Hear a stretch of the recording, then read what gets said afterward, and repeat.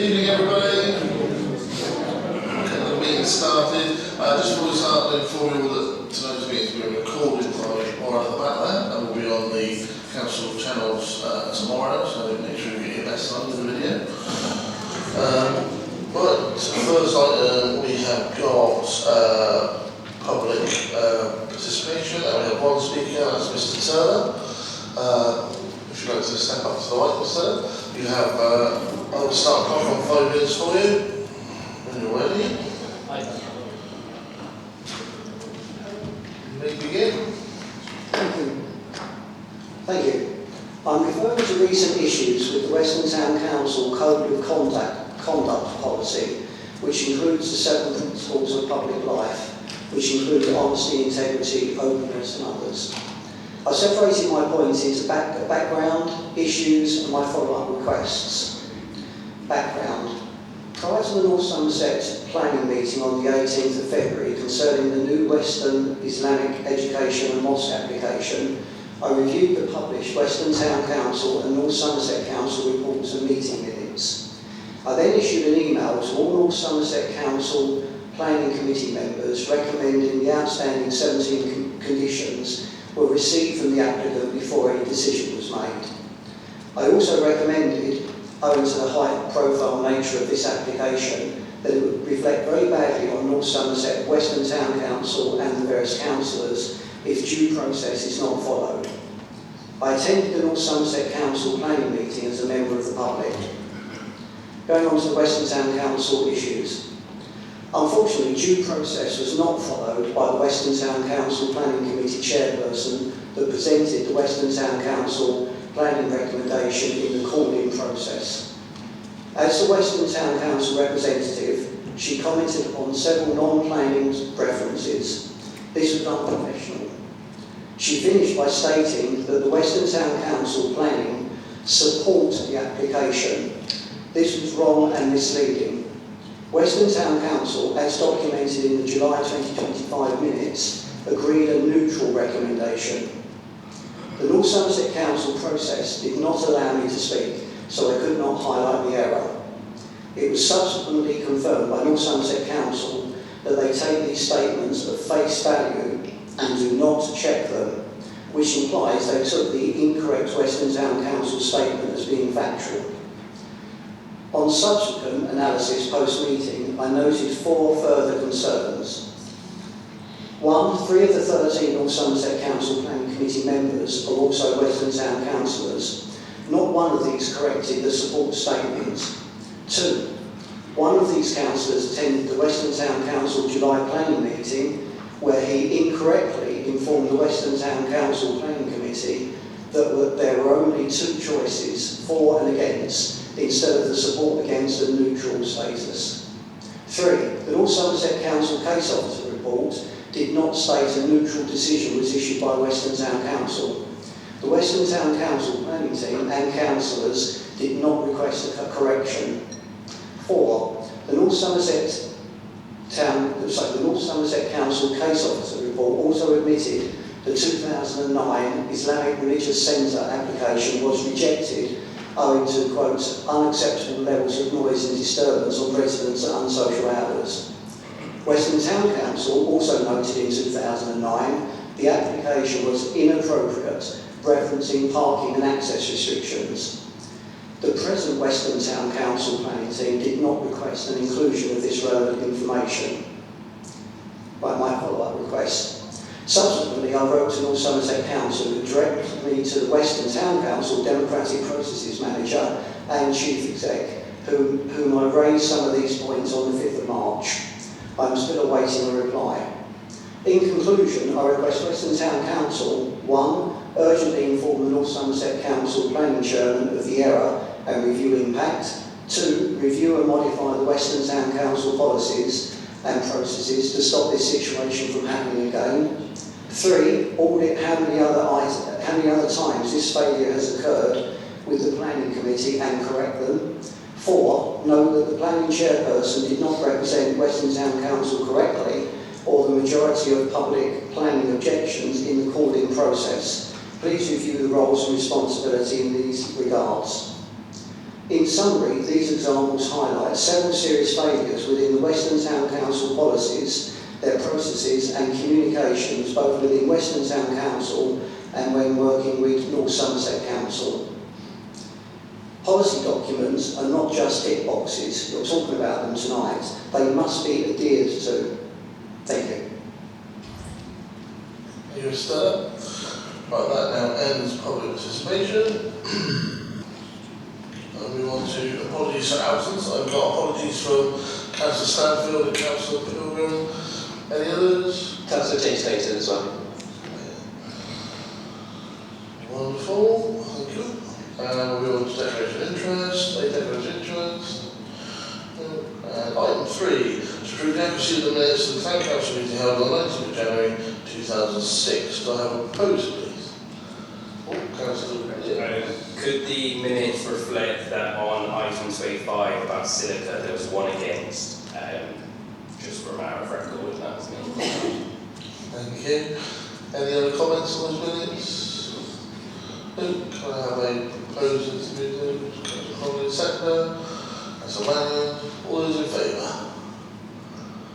Any against? Any abstentions? 1. Brilliant, thank you very much. Right, so this is for noting, just to receive the minutes of the Youth Council held in January and February 2026. They're in your packs. Any comments? Wonderful. And now we're on to item number 5. Inspector Gerser couldn't be with us today, so we've got Sergeant Joe Pittman, who's the Town Centre Sergeant. So I'll pass over to Sergeant Pittman. Ladies and gents, do bear with me, I've drafted a little bit last minute for Lee. I know that normally the inspector provides you with some crime statistics. Unfortunately, I won't be in a position to do that, but Lee will send a follow-up email so you will get that information. I'm going to provide some context around 3 operations that we're running, focusing specifically on the town centre. So I'm the operational lead for Operation Anomic. For those of you that don't know, it's an operation that's high visibility, that focuses specifically around the street homeless community. So it's important that we're not policing homelessness. That's a distinction I have to make. However, we are policing antisocial behaviour associated with that street drinking or homeless community.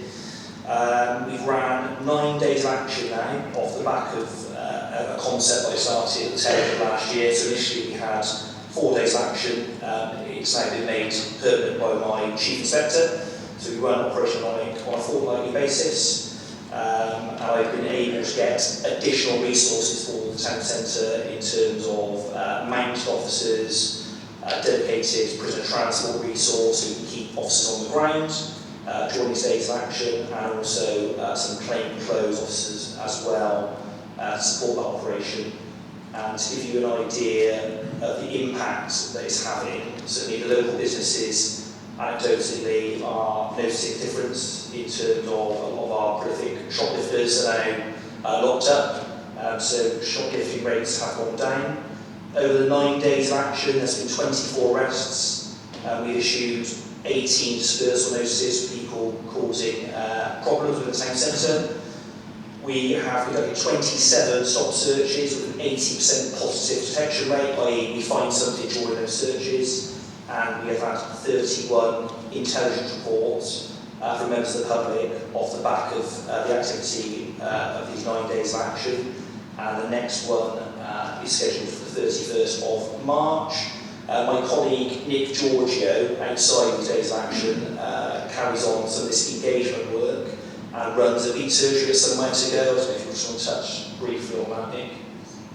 Good evening, guys. I am the appointed police officer from the town centre to support this operation and provide any additional need or support to anyone from the street community. As such, we have identified a venue somewhere to go that a lot of them are attending, and we are trying to be there for them to help them out with an application that they have to do, like any medication, anything that we can support them and provide any information to what we are doing. We don't want them to feel that we are there to punish them. We want them to understand that we are there to support them. And this is like the seventh beat surgery I'm doing.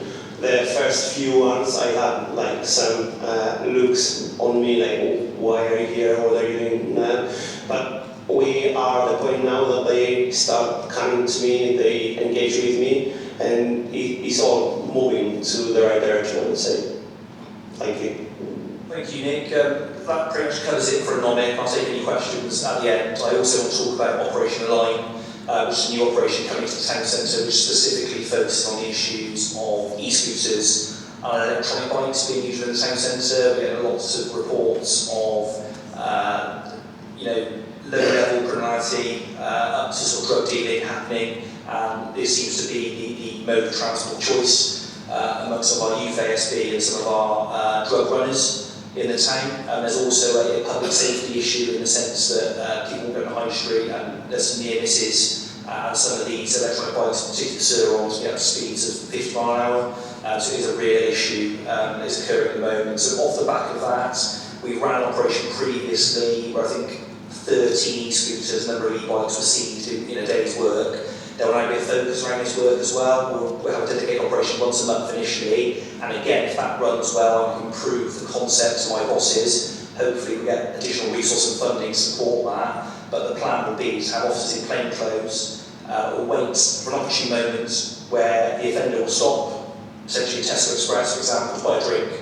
Plain clothes officers then wait by the bike, approach the offender, and then uniformed officers can deal with them for no insurance, no licence, and then we can seize either the e-bike or the e-scooter from that individual. So that's something that is coming to North Somerset very soon. It starts early April, and like I said, I'm going to push for additional resources around that as well, so aware of the issues. And it's not just within the town centre, that's the area that I cover, so that's my area of interest. The idea is if it works well here, it can then be applied out to other areas in North Somerset as well and replicated. And finally, I am the North Somerset lead for violence against women and girls, and I want to talk about an operation that's been run in West Somerset that we're looking to go and review. I'm potentially bringing it here. It's called Operation Breakthrough. It focuses around brothels and safeguarding of sex workers and human trafficking offences. So in a nutshell, how it will work is we will purchase a very cheap pay-as-you-go phone. Our intelligence department will contact local sex workers for an appointment. A male officer in plain clothes will approach the address. There will be a strike team nearby around the corner, and then we will attend in uniform and do a high visibility welfare check at the address. So that'll be things like obtaining details of all the workers there, making sure they haven't been trafficked to the UK. We will have interpreters on standby. A lot of these females tend to be either from sort of Southeast Asia or Eastern Europe, and see what work we can do there to initially safeguard, but also get these ladies to open up about how they've arrived in the UK. Are they, is their money their own? Are they allowed to leave these premises? To really dismantle the organised crime network around sex work and human trafficking. We're happy to take any questions. Any questions? Helen? I wasn't going to say anything this evening, but I think that's interesting about e-bikes because, that is a really horrendous miles per hour speed, isn't it, that someone can do. And of course, they're silent. And so you're walking along, and they're often being driven on pavements, aren't they? So you're walking along, and all of a sudden, someone's comes past. My question is, are you working with any delivery companies? Because a lot of the people riding those bikes are delivering food and other stuff, takeaways to people, and I think, they're on they're trying to be as quick as possible, aren't they? Because it gets them more money and more work effectively. I just wonder if that's something that, you probably are. It's probably a stupid thing to say, but it's a question for you anyway. Thank you. There's no such thing as a stupid question. It's a really good point.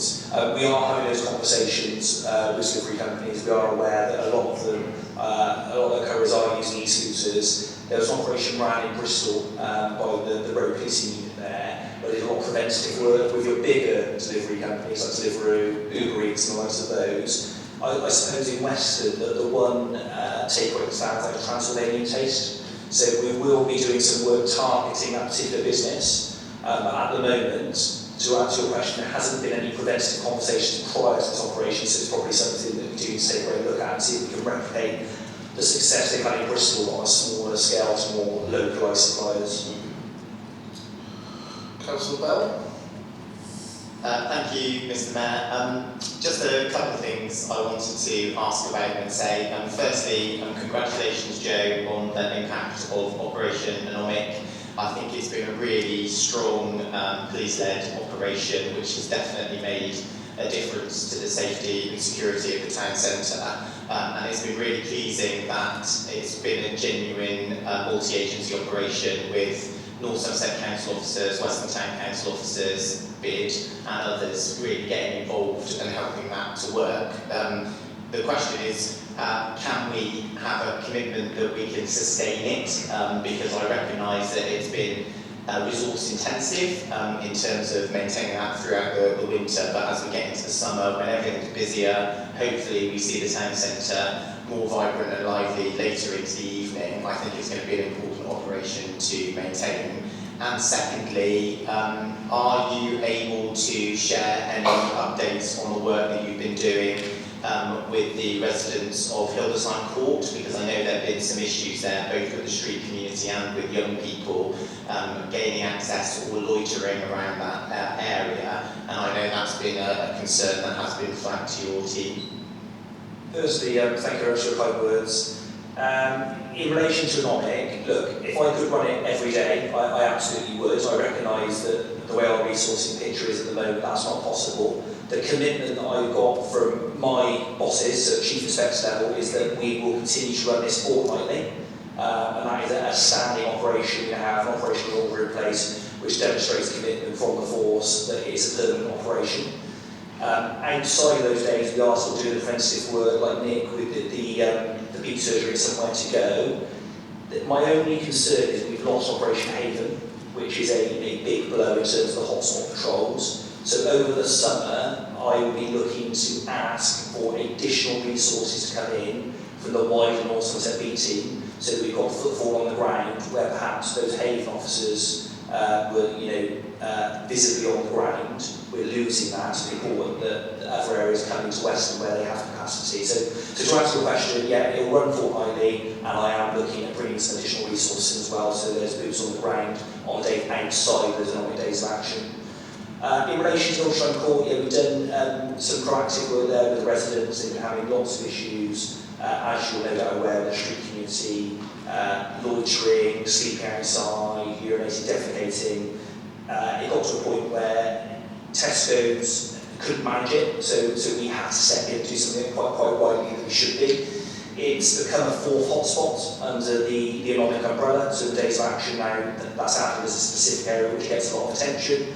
Our dispersal powers now include the whole of the Tesco car park as well, so we issue what's called a Section 35 notice, which is a notice to disperse. It does cover that area.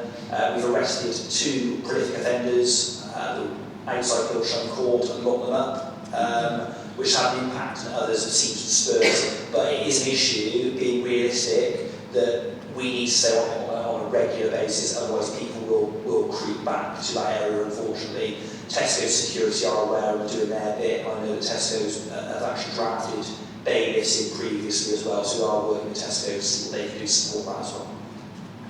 Councillor Cockburn.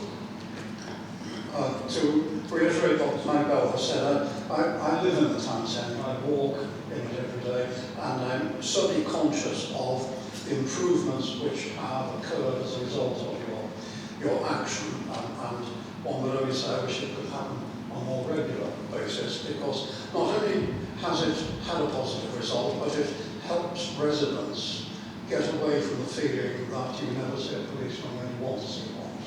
So it's a good PR exercise as well.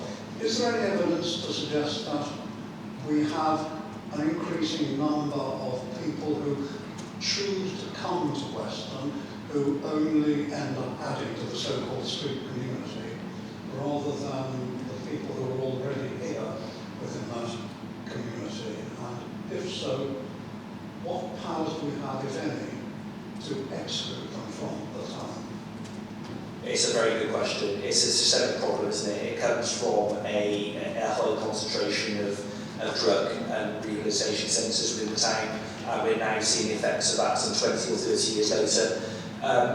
We get what I refer to as street homeless tourism. So we get people on a cycle that will move around towns within Sunset or further afield.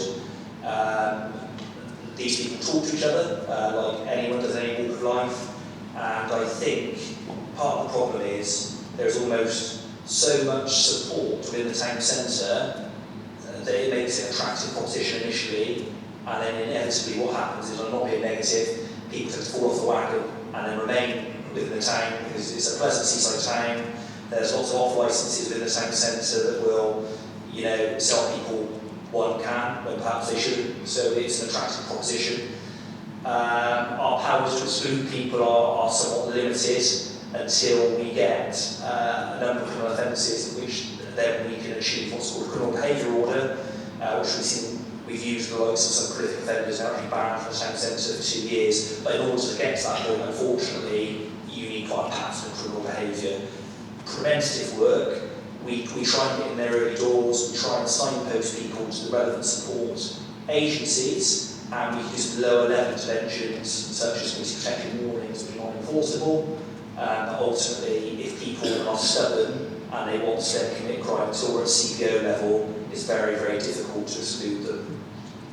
Supplementary, if I may, on the e-bikes, e-scooters, those which have been illegally altered so they can proceed at speeds which are dangerous, do you have the powers, and if you do you destroy those? Thanks. Yeah, so they're classed as mechanically propelled vehicles, so if they're adapted with an electronic motor, don't need pedals, the pedals don't turn, then yes, we have the power to seize them as a motor vehicle, and ultimately those bikes will get crushed. Good. Thank you. Last one, please, Councillor Member. Thank you. I wanted to ask about scooters as well. So very frightening for pedestrians, of course. And when you talk about having a license and insurance, when they do this, do they have any form of training or a test of any sort? Or do they just buy a license? So in relation to e-scooters and e-bikes, they are sold from retailers on the pure basis they should be used on private land. So you will not get a driver's licence and insurance on an e-scooter because it's not a DVLA registered vehicle, but because it's classed as a mechanically propelled vehicle, the law says in order to use one on a public highway or public space anywhere, whether that be pavement, high street, wherever, you need a licence and insurance which is impossible to obtain. So they're committing an offence which we can report them for. What happens is if they haven't got a driver's licence, points then be applied to what's called a ghost licence, and when you then apply for a DVLA driver's licence, you will have that licence, but you'll effectively be starting already disqualified with 6 points on your licence. If that makes sense. No more questions? Oh, Councillor Charles. Regarding the high streets and e-bikes and even ordinary bicycles, there have been so many near misses. The signs are tiny. Is there anything you can do to police it? Apparently the street wardens don't have the authority to do anything about it. Yeah, so it is a problem that is obviously on our radar, hence the operation. I would like to commit resources to it every day. That's not the world that we live in, and unfortunately there is a sliding scale of threat, harm and risk. So depending on what I walk into on a daily basis, that might be quite low down in terms of threat, harm and risk. I appreciate that to a lot of people it probably isn't, but I have to be realistic in what I'm dealing with, what I can put resource into on any given day. Sure, if we're out and about and we're witnessing those offences directly, certainly my team and I will directly challenge, and where we have powers specifically with e-bikes and e-scooters, we will look to issue tickets and seize them. I think the days of action and any publicity off the back of that will get the message out, and people won't go to complete ignorance they didn't know. I think everyone has a responsibility in terms of misuse of bicycles in the high street, big groups of young people, college age, putting wheelies in the high street again. is there an element that's kids being kids and a word in their ear will prevent it? If it's repeat offenders, then there are offences we can consider for a traffic act for careless cycling, for example. So yes, there are things we can do, but a lot of it depends on being in the right place at the right time and catching people in the act of the offence. It's very difficult to enforce retrospectively. Thank you very much, that's been really helpful. Thank you for filling in the last minute. And please pass the gratitude over to the Chamber to your officers for the hard work. You are free to go. Thank you. Right, item 6, received communications from the Mayor, it's all in your pack, I won't bore you with that. Item number 7, approve the amended calendar of meetings for the year 2026-2027, and that's for the changes from the last meeting. Your proposal, second Vice President Connolly, second Councillor Owen James. Everybody in favour of that? Yeah, anyone against? No, moving on. Right. Item number 8, I will just read this out to my councillors that the council has reviewed and adopted standing orders aligned to the National Association of Local Councils model, most recently approved in November 2025. In line with those standing orders, the council is required to receive a report on the full adoption of policies reviewed by its committees. All council processes, including matters such as transparency and the recording of minutes, are therefore carried out in accordance with this governance framework and are not applied on an ad hoc basis. I would also bring to your attention that there is no, to be brought to our attention, that there is no bad debt policy in this pack. That will come to the next FNG committee. Can I have a proposer and seconder for that? Assumed in on block, yeah? Appendix A, Appendix B. I'm happy on Appendix A and B as block. And I'll propose that then. Yeah, Councillor Cobbs is second. All those in favour? Any against? Okay, moving on. Number 9 is website accessibility and AGR Solution 10, digital data governance. To report for the CEO. The CEO has lost her voice. So it's just for those things. Yeah? Yeah, there's a resolution there. Oh. How? So shall I jump in? Yeah. So the town clerk's lost her voice, so I'll attempt to summarise, if I may. So this is the so this is the accessibility and AGAR version 10. So long story short, is our website accessible or not, as per the standards which changed a couple of years ago from memory. So there's been an assessment on all 3 of our websites, and the summary of it is it's compliant in some areas but not compliant in a lot of other areas. A mixture of infrastructure and kind of the things we're uploading would be the best description I would give. But as several of you know, we are updating our website to have a new one. So the recommendation, and as I corrected, is effectively to make sure we're compliant on our new website, rather than change our current one in the next few weeks and months, because it's not good value for money. Is that fair reflection? The recommendations are on page 139 of the packs. And I'm happy to recommend that. So that's the recommendations basically from bullet point 1 to bullet point 6. Okay, do we have a second? All those in favour? Any against? That's carried. And we now have number 10, which is the local council award scheme update. That is just for voting, and that is your packs, pages 136 to 144. Has anybody got any questions on that? Anybody? No? Okay. Number 11, to approve the earmarked and capital reserve requirements for the year 26 to 2027. I'll pass over to the finance officer. Thank you very much. So the papers that come out to you are an indication of where we are at the middle of March. So we're in a pretty good position as far as capital reserves are concerned. We're looking to recognise the earmarked reserves that need to be put in place from the information and projects that we have so far. We know about 26 and 27. If you've got any questions, I'll have to answer those. Questions? So, Proposer? Mr. Bowling, seconder? Anybody ready to second that? Oh, Councillor Bowling, move to the vote. All those in favour? Any against? Okay, that's that passed. Number 12, implementation of modern governance system. I'll just point out from a general Somerset Council that this is a really useful system.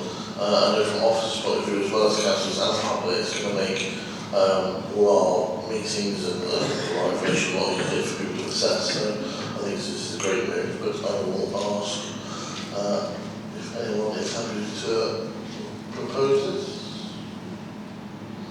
Okay, so the regulation to approve the implementation system, authorise officers to issue a purchase order to Silica in accordance with the quotation provided, approve the committee to project ahead of the formal 2026-2027 budget, particularly in order to allow integration within the new Town Council website project.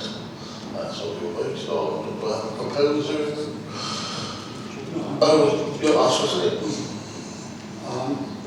I know that those of us on North Somerset already use the Modern Gov system.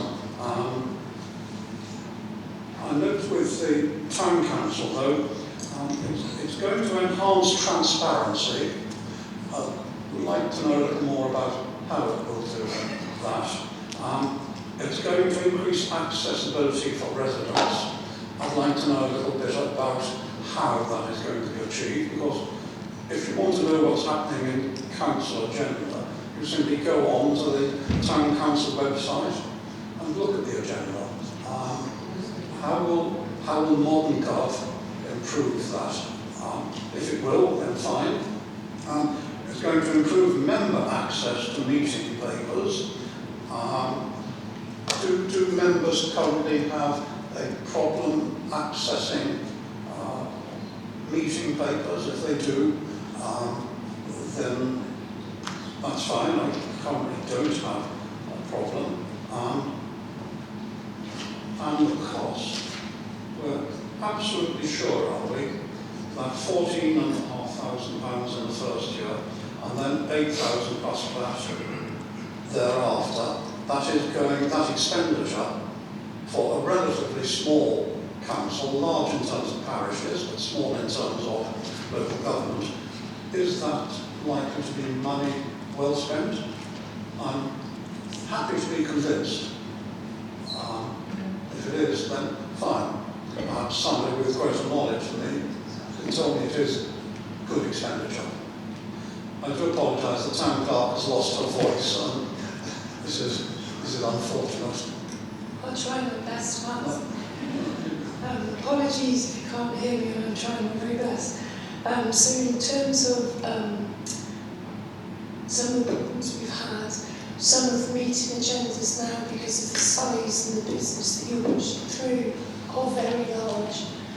For our current systems, we have to upload that all in one go, because if we adapt and move an additional report into a pack that's already gone, something inevitably falls off the bottom. So what this will allow is that as the reports are produced, we can upload them, you can access them as they're produced, sometimes ahead of that week's statutory deadline. So when it's a big pack, both members of the public and councillors can start seeing that information as it's being produced and issued, rather than having to wait for the week before when everything is ready. Hope that helps. I apologise for putting you through it. Any other comments? Councillor Thornton. Yeah, I mean, on that note, Sarah, I have often queried the fact that we get reports quite late, and I don't think we should. And at North Somerset Council, they have an absolute cut-off date for reports being published on the website, a week ahead. And if the report comes in late, well, then it doesn't make its way onto the agenda. And I personally think we should do this here because, some of us have jobs and have difficulties reading papers at the very last minute. So, that's great that will allow us to get some of the papers early, but at the same time, I think we need an absolute cut-off point, both for us and, of course, members of the public, of 1 week ahead of every meeting. Thank you. Councillor Crew. Thank you, Mr. Mayor. Well, we did have almost some of the trouble at the beginning of on and go, but I think as you get into it, you can see the big advantage. You create your own library of things you need to keep. You can identify the meetings you're interested in seeing all the minutes of. You can see what's been published, things that have been unread. You can star items to make it go back to it, and you can edit it as you go through with meetings. So I think certainly it's been a big improvement on North Somerset, and I think just looking at tonight's agenda, which seemed a little bit open, like mystery things, because I couldn't find it in time, I think it's a good way forward. Councillor Bell. Thanks very much. I think I should say that I think Modern Gov is a very good system, and I don't have any issue per se with the system, but I am concerned that the report doesn't set out, one, how we will make sure that we are effectively using the system. So ultimately, Modern Gov is a good piece of technology, but it's still only as good as what you put into it. And I am concerned that some of the issues that we have with our papers at the moment are about how efficiently, a bit as Councillor Thornton alluded to, how efficiently we're processing and preparing papers rather than necessarily the system that we're using to send them out. And I don't think the report addresses how that will be sorted. And the other is that I'm not convinced that members have been properly cited on how Modern Gov works. Because I do think one of the issues with Modern Gov is it's very effective if you've got the right device and you've got the Modern Gov app. It is not so effective if you are having to access it in other ways on a personal device or through the web. And so I want to be confident, if we're spending the money, that members have had an opportunity to be cited on how that will work and make sure that it is going to be beneficial for the Town Council and, of course, for our residents. Thank you. Councillor Allen, did you want to talk? We were just... Yeah, you were. Yeah. Councillor Crew again. Thank you, Mr. Just following up that comment, I naturally would assume if we go for it, members will have the opportunity to be trained with it and which equipment they would use. I don't think that the proposal was we'll introduce it and everybody will find a way for themselves. That's fine. This time, yeah, I think Mike's point is relevant about some of our systems, our input systems are not, they can be better. But these two things aren't mutually exclusive. Modern government will be a massive improvement to our systems as far as I'm concerned. We've got the peer review stuff coming up. This is a key thing that we should be showing them in terms of approving our technical systems as well as then the input into them and the use of them. Just to note that training will be provided by Civica, the company that produces Modern Gov for all members. Councillor Taylor, do you want to speak? Yeah, I suppose one way of measuring the success of this is whether we can cut down on the amount of printing we do for agendas and meetings, and I think there are 149 pages with tonight's meeting, and I'm sure to think what the printing cost is there, so hopefully that would be one way of measuring how Modern Gov works. Anyone else like to speak? Okay, so do we have a proposer for the recommendations? Yeah. Councillor Crew, seconder. Councillor Connolly. Okay, all those in favour? Okay. Any against? Or any abstentions? Okay, that's passed. Thank you. Now, item 13, designation of town mayor for the year 26-27. Councillor Mannion. Thank you very much, Mr. Mayor. It's a great pleasure to nominate Councillor Owen James to be the mayor for the ensuing municipal year. Thank you. Are there any further nominations? No, therefore nominations are closed. Members, there is one nomination for Councillor Owen James Is the council content to appoint? I will take that as... Do you all happy? Show of hands. Have a show of hands. All happy? Do we need to second him, Mr. Mayor? No, it's just a nomination, so if everyone's happy, and there's no other nominations, then I will take it that as assent. By assent, it is resolved that Councillor Owen James be appointed Town Mayor Designate for the year 26-27 municipal year. Congratulations, Councillor Owen. Can't get away now.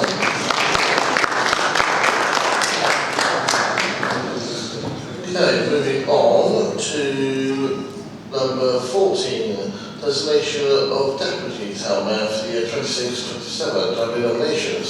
Councillor Crawford Hawley. Nominate Councillor Caroline Reynolds. Okay, are there any further nominations? No? Therefore, is the second, sorry? Second, Councillor Hawley, lovely. Thank you. Therefore, as there is no other seconders, is the council content that Councillor Reynolds be appointed Deputy Mayor? Elect. I will take that assent and will take it as Councillor Reynolds is appointed Deputy Mayor Designate for the year 26-27 for the municipal year. Congratulations, Councillor Reynolds. And that, ladies and gentlemen, brings us to the end of today's meeting. Thank you very much. You're free to go.